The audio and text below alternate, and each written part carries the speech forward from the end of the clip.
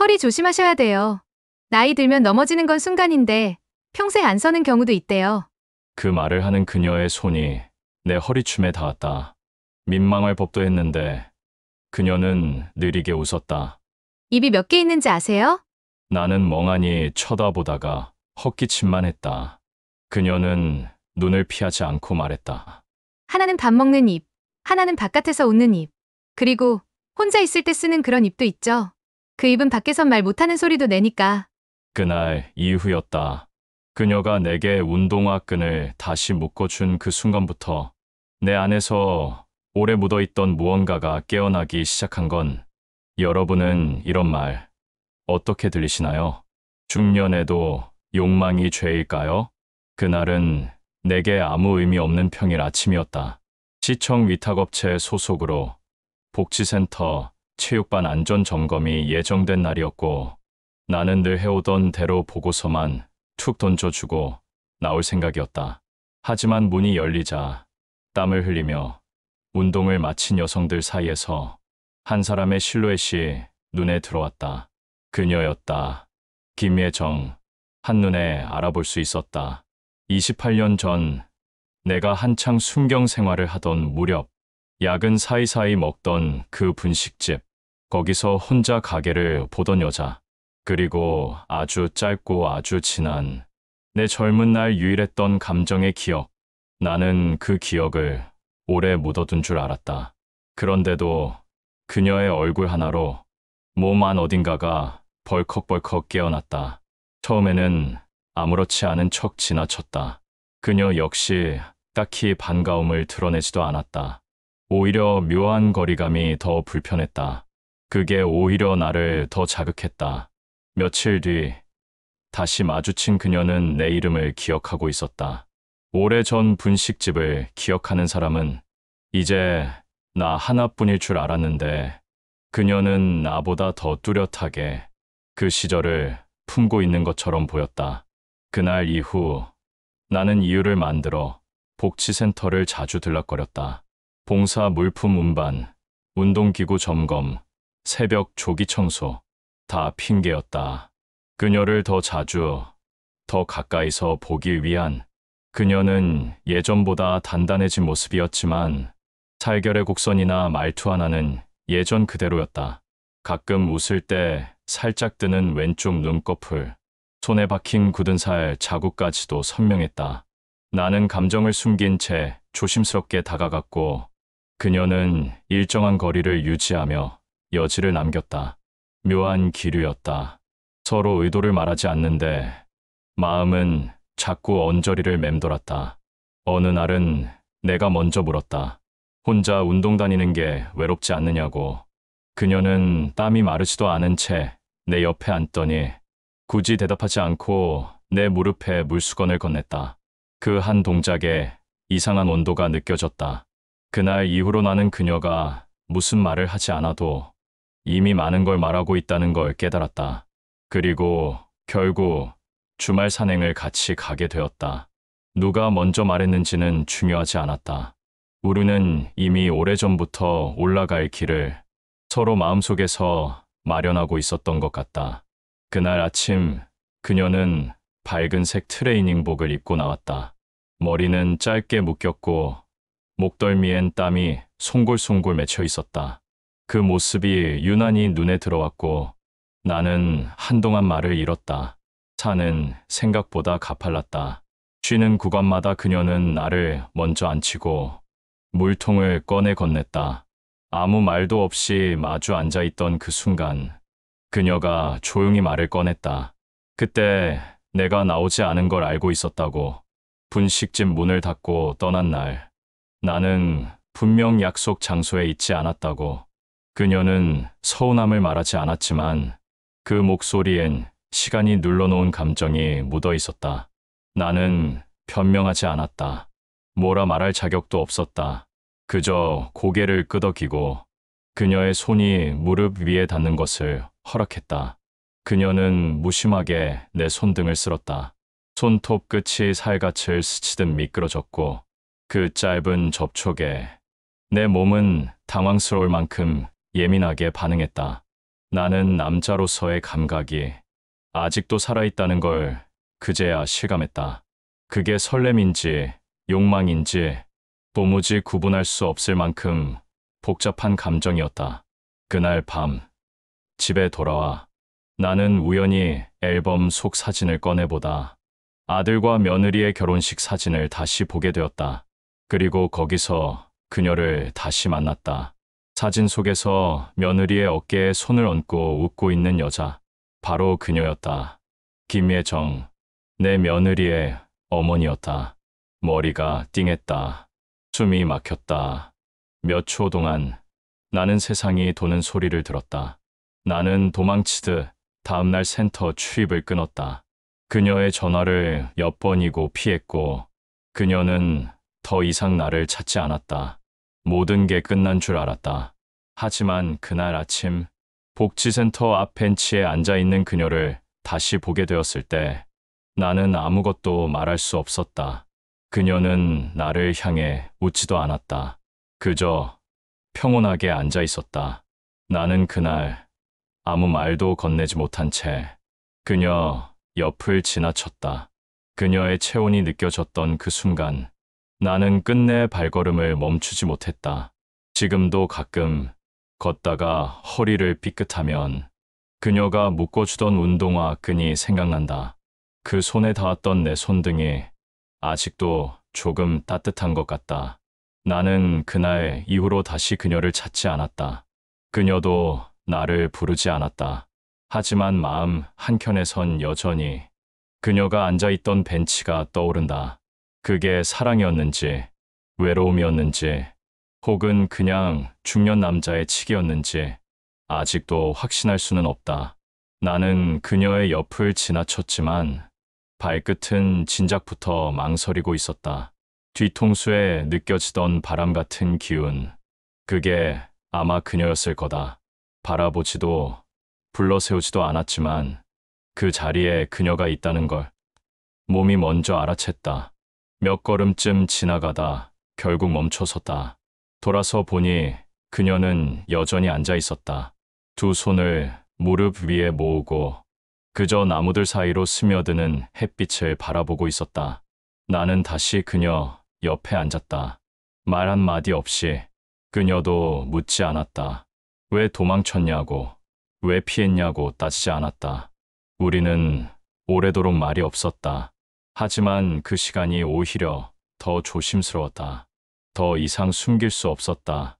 그녀를 향한 내 시선, 그녀가 허용한 그 거리.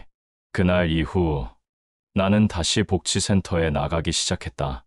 아무 일도 없었던 것처럼. 다만 하나 달라진 게 있다면 그녀와 나는 서로 더 이상 시선을 피하지 않았다는 점이다. 오히려 모든 걸 알고 나서 더 솔직해졌다. 그녀의 옆에 서는 일이 당연해졌고 같은 간식을 나누는 일도 자연스러워졌다. 나란히 앉은 손등이 잠깐 스치기라도 하면 나는 그 느낌을 하루 종일 되새김질했다. 그녀는 종종 내게 작은 부탁을 했다. 물병을 열어달라거나 허리를 펴다 손을 내밀며 일으켜달라거나. 그런 사소한 순간마다 내 손끝이 괜히 더 민감해졌고 그녀의 손목이 내 손 안에 있을 때면 심장이 묘하게 뜨거워졌다. 나는 알아차렸다. 그녀도 알고 있다는 걸. 그날 앨범 속 사진을 통해 밝혀진 그녀의 정체, 그걸 내가 알았다는 걸 그녀는 분명 알고 있었다. 그럼에도 불구하고 그녀는 멈추지 않았다. 오히려 더 은근해졌고, 더 느려졌고, 더 조심스러운 방식으로 나를 감쌌다. 그리고 나 역시 멈추지 않았다. 이성은 매번 멈추라고 소리쳤지만 몸은, 마음은 이미 돌아서는 법을 잊고 있었다. 하루는 그녀가 혼자 벤치에 앉아 있었다. 나는 가까이 가지 못하고 한참을 멀리서 지켜보다 결국 등을 돌렸다. 그런데 며칠 뒤 그녀가 먼저 내게 다가왔다. 오전 청소를 마치고 무거운 폐비닐을 들고 있을 때였다. 그녀는 아무 말 없이 옆에 서더니 내 어깨에서 비닐 한 자락을 받았다. 그 짧은 동작 하나에 나는 온몸이 얼어붙었다. 마치 나를 돕고 싶은 게 아니라 나를 다시 일으켜 세우고 싶다는 듯한 눈빛이었다. 우리는 함께 센터 뒤편 작은 창고의 쓰레기를 정리했다. 좁은 공간, 서로의 숨소리가 섞이는 조용한 장소. 그녀가 조심스레 손에 묻은 먼지를 털며 내게 등을 돌렸다. 그 순간 나는 그녀의 목덜미를 오래 바라보았다. 햇빛에 살짝 반사된 땀이 그녀의 등을 따라 조용히 흘러내렸다. 그 장면이 지금까지도 머릿속에 선명하게 남아있다. 그날 저녁 집에 돌아왔을 때 아들이 퇴근하며 내게 장모님 이야기를 꺼냈다. 요즘 건강이 좀 안 좋다고, 검진도 다시 받아야 할 것 같다고. 나는 말없이 고개만 끄덕였다. 장모님이라는 그 단어가 이제는 너무 이질적이었다. 그녀는 나에겐 장모가 아니라 김혜정이었다. 그 이름 하나로 내 기억을 통째로 흔들어 놓은 여자였다. 나는 점점 자신을 잃어갔다. 도덕도, 윤리도, 그리고 남편으로서의 자격도. 하지만 그 무엇보다 무너진 건 내 안의 질서였다. 누구도 모르는 관계. 하지만 단 둘만 아는 감정. 그건 아무에게도 말할 수 없기에 더 치명적이었다. 나는 그녀가 점점 나를 시험하고 있다는 걸 느꼈다. 굳이 안 해도 될 행동들을 일부러 내 앞에서 보여주었다. 손목을 잡고 일어설 때, 필요 이상으로 가까워지는 몸, 말없이 웃을 때, 그 웃음 뒤에 숨겨진 질문 같은 눈빛. 그녀는 끝까지 말로는 건드리지 않았다. 그렇기에 더 유혹적이었다. 나는 어느 날 이렇게 생각했다. 이 감정이 사랑이라면 너무 늦게 와버린 거라고. 하지만 만약 욕망이라면 이 나이에 참는 게 더 부끄러운 거라고. 그날 이후 나는 다시 그녀와 함께 산에 오르기로 했다. 그것이 마지막이라는 걸 우리는 둘 다 알고 있었다. 그날 이후 그녀는 어디에도 없었다. 센터에서도, 산에서도, 복지회관 식당에서도, 그 흔한 무릎 보호대조차 그녀의 흔적을 대신해주지 않았다. 대부분의 사람들은 눈치채지 못했다. 하지만 나는 안다. 그녀가 우리 사이를 정리하기 위해 이 도시의 풍경에서 조용히 사라졌다는 걸. 어떤 연락도 오지 않았다. 그녀는 늘 그랬다. 떠나는 사람처럼 굴지 않으면서도 언제나 조용히 뒤돌아섰다. 그녀가 남긴 마지막 흔적은 우리 둘이 자주 마주 앉았던 벤치, 그 나무 아래, 가지런히 정돈된 헝겊 손수건 한 장이었다. 그 손수건은 새 것이 아니었다. 내가 한 번 흘린 땀을 그녀가 닦아준 날, 그녀가 내 주머니에 몰래 넣어두었던 바로 그 천이었다. 나는 며칠 동안 그 자리에 나가 앉았다. 무언가를 기대한 건 아니었다. 그저 그녀가 남긴 빈자리의 모양을 기억해두고 싶었다. 그 벤치에 앉아 있으면 마치 내가 아직도 누군가를 기다릴 자격이 있는 사람처럼 느껴졌다. 그건 위로였다. 이름 없는 자격, 아무도 모르는 감정. 아들은 여전히 내게 장모님의 건강을 걱정했고, 며느리는 밝게 웃으며 아침마다 김치며 반찬을 가져왔다. 나는 그 웃음이 한때 내가 품었던 감정의 반대편에 있다는 사실이 서글펐다. 그녀는 나의 며느리의 어머니였지만 나는 단 한 번도 그녀를 가족으로 느낀 적이 없었다. 내겐 언제나 한 여자였다. 한때 나를 떠났고 다시 내게 돌아왔고 다시 또 떠난 여자. 그리고 이제는 나를 아버지로 부르는 딸의 엄마였다. 가끔 밤늦게 반찬 그릇을 정리하다 나는 그녀의 습관을 떠올리곤 했다. 자두를 반 갈라 내밀던 손, 운동화 끈을 조여주던 허리 숙임, 말없이 웃던 눈가 주름. 그런 기억들은 애써 지우려 할수록 더 선명해졌고 시간이 지날수록 감정은 욕망에서 회한으로, 회한에서 그리움으로 옮겨갔다. 그녀가 마지막으로 내게 해준 말이 지금도 귓가에 맴돈다. 몸이 외로운 건 참을 수 있어요. 근데 마음까지 외로운 건 오래 못 가요. 사람들은 말한다. 이 나이엔 그냥 편안한 게 최고라고. 자극도 감정도 다 사치라고. 하지만 나는 안다. 그녀를 통해 내가 다시 느낀 그 한 줄기 감정이 얼마나 따뜻했고, 얼마나 위험했고, 그리고 얼마나 살아있는 감정이었는지를, 그 감정 때문에 나는 다시 나 자신을 돌아보게 되었고, 내가 여전히 누군가를 그리워할 수 있는 인간이라는 걸 깨닫게 되었다. 계절이 바뀌고 복지센터에도 새로운 회원들이 들어왔다. 산악반은 여전히 활기찼고 나는 여전히 가끔씩은 그 길을 걸었다. 하지만 그 벤치엔 이제 아무도 앉지 않는다. 아무도 그 자리를 바라보지 않고 아무도 그 자리를 기억하지 않는다. 그건 오히려 다행이었다. 그 자리는 내 안에만 존재했고 그녀와 나만이 공유한 아무에게도 말할 수 없는 조용한 기념비였으니까. 나는 아직도 가끔 그녀를 떠올린다. 정확히 말하면 그녀의 손, 그녀의 뒷모습, 그리고 내 손등을 덮고 있던 그 따뜻했던 체온.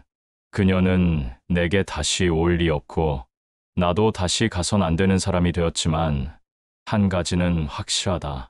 그녀와 나눴던 그 감정은 실수였지만 동시에 내 생에서 가장 정직했던 순간이었다. 이제는 나도 그녀처럼 말없이 사라질 준비를 하고 있다. 사라진다는 건 잊히는 게 아니라 더 이상 누군가의 마음에 흔들림을 주지 않는다는 뜻이니까. 그래도 어쩌다 한 번쯤 그녀가 내 생각을 한다면 그걸로 충분하다. 나는 여전히 그 벤치 옆을 지날 때 가끔 손을 얹는다. 그녀가 마지막으로 남겼던 손수건. 지금은 내 옷장 깊숙한 곳에 접혀 있다. 그건 나에게 있어 사랑의 증거가 아니라 살아있었다는 기록이다. 이야기 어떠셨나요? 세상에 이름 없는 감정들이 참 많습니다. 그 중엔 죄책감으로 포장된 설렘도, 침묵 속에 사라진 사랑도 있겠죠. 혹시 여러분도 누군가와의 감정이 가슴 한편에 남아있다면 그게 죄는 아니라고 말해주고 싶습니다. 좋아요와 구독, 그리고 댓글로 당신의 이야기를 들려주세요. 여러분은 어디까지가 감정이고 어디서부터가 선일까요?